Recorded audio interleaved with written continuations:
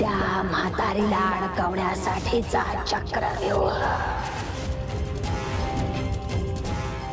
हा दिवा तू जिथे कुठे पेटवशील तिथे म्हातारीला खेचून आणे।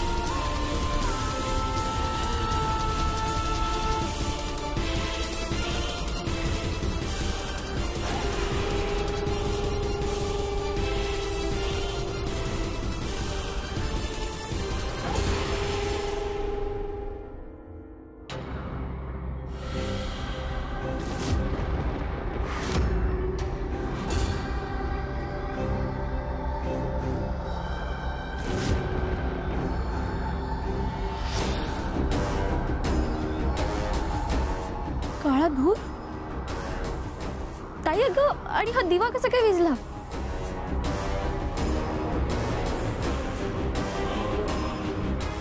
ताई किचन मध्ये दूध काळं पडलं होतं आणि आता हा काळा धूर? काय आहे सगळं ताई?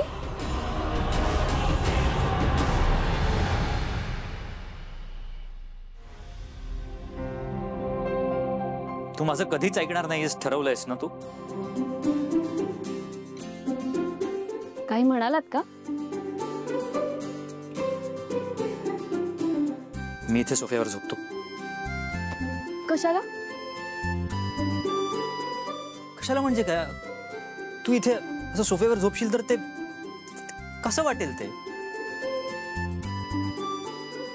कसं वाटेल म्हणजे?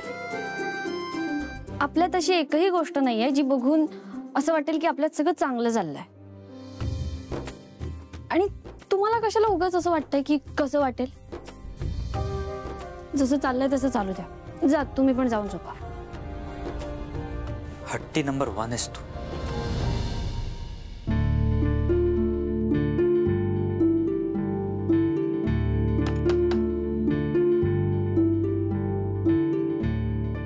आई, आई साहेब, आत येऊ का?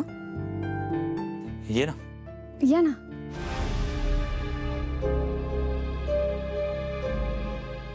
मी डिस्टर्ब नाही ना केलं? नाही। पर गुरुजी सकाळी 7 वाजता येणार आहेत, तर आपल्याला सगळ्या गोष्टी तयार ठेवाव्या लागतील। हो आई साहेब, मी सगळ्या गोष्टी तयार करून ठेवल्यात। उद्या सकाळी पुन्हा एकदा बघते। चालेल, झोप आता। Good night.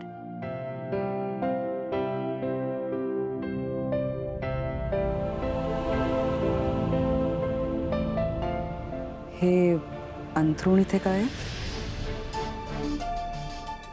तू इथे झोपणार आहेस? हो।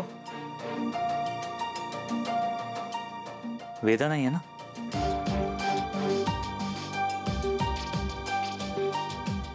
मीरा, अजिबात नाही हा। बेडवरती झोपायचंय। सोफ्यावर कोण झोपतं? कसं वाटेल ते?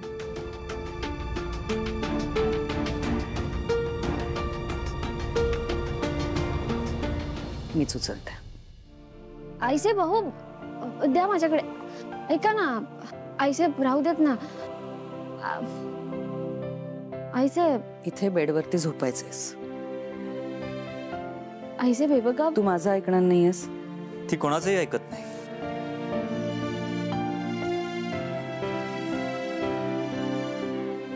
रामपुरे घरची सून आहेस ना तू? रामपुरेंची सून असं सोफ्यावर झोपलेली मला चालणार नाही. झोप येते.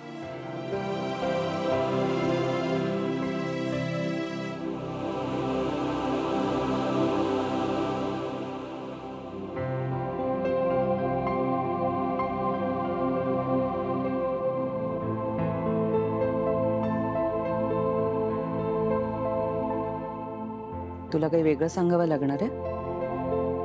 झोपा दोघं. सकाळी लवकर उठायचं.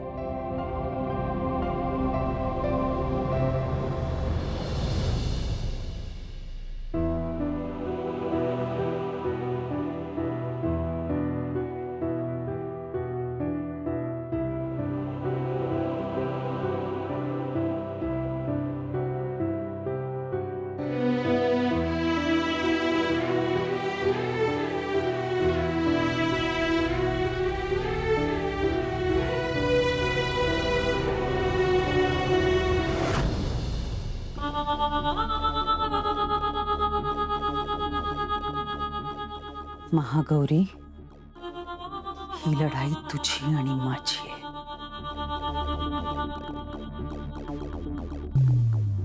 चिरतारुण्य मिळवणं हे माझं अंतिम ध्येय आहे आणि ते मिळवण्यासाठी मी ही लढाई लढणार आणि जिंकणार सुद्धा. काही गोष्टी मला माझ्या मनाविरुद्ध करायला लागणार आहेत. खरं तर मीरा आणि अथर्वला लांब ठेवणं माझ्या फायद्याचं आहे. पण आत्ता मला त्यांना जवळ आणावं लागतंय. कारण तुला आणि त्या मीराला हरवण्यासाठी मी वाटेल ते करायला तयार आहे. तिच्यासोबत जे कोण असेल त्या सगळ्यांना संपवणार आहे मी.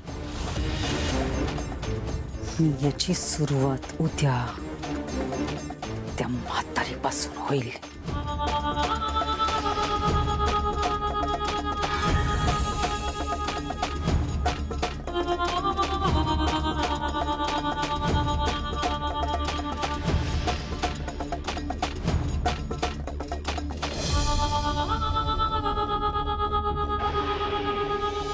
नंतर एक पोरगी आली एकदम धीट. आणि ती व्यक्ती म्हणजे अहिल्या वेसकर.